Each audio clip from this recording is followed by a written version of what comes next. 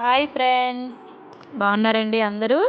ఏం లేదండి, రక్షాబంధన్ కదా, మా చెల్లి వాళ్ళ పాపేమి మా బాబుకి రాఖీ పంపించిందనమాట ఆన్లైన్లో. చూసారా? ఆ రాఖీతో పాటు ఒక చిన్న గిఫ్ట్ కూడా పంపించింది. వీళ్ళకి నాకు ఇద్దరు అబ్బాయిలేని, ఆ అమ్మాయిలు లేరుగా, మా చెల్లికి పాప అనమాట. ప్రతి సంవత్సరం కూడా వీళ్ళ కోసం రాఖీలు పంపిస్తుంది.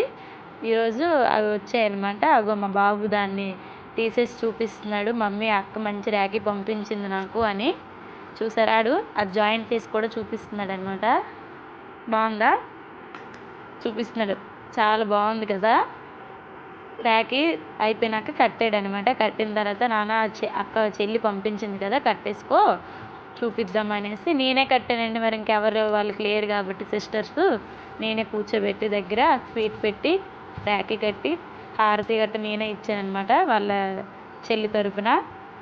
చాలా హ్యాపీగా ఫీల్ అయ్యాడు అనమాట మా అబ్బాయి. చూసారా ఎంత చక్కగా కూర్చున్నాడో. నేను ఎలా చెప్తే అలాగే కూర్చొని నేనేం చేస్తే అది అలా చూస్తూ ఉన్నాడనమాట. తర్వాత రాఖీ కట్టేసినాక స్వీట్ తినిపించాను. ఆ తర్వాత హారతి కూడా ఇచ్చాను అనమాట. అదే వాళ్ళ అక్క ఉంటే ఎలా చేసేదో నేను అలా అన్నీ చేశాను అనమాట.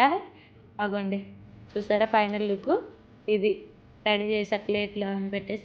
మా పెద్ద అబ్బాయి ఊర్లో ఉన్నాడండి, వాడి దగ్గరికి డైరెక్ట్గా వెళ్ళింది మా చెల్లి వాళ్ళ పాప. వెళ్ళి రాఖీ కట్టింది అనమాట. కడుతున్నారు కనుక ఏదైనా గిఫ్ట్ అయితే ఇవ్వాలి అనేసి అంది. నేనైతే గిఫ్ట్ ఏం కొనలేదు, మామూలుగా క్యాషే ఇచ్చేసాను అనమాట. చూసారా? అక్కడైతే వాళ్ళిద్దరు కలిసి చక్కగా ఎంజాయ్ చేశారనమాట. రాఖీ కట్టేసుకొని కొద్దిసేపు ఆడుకొని ఆ తర్వాత మా చెల్లి వాళ్ళ ఇంటికి వెళ్ళిపోయింది. ఫైనల్ లుక్ ఇది అనమాట.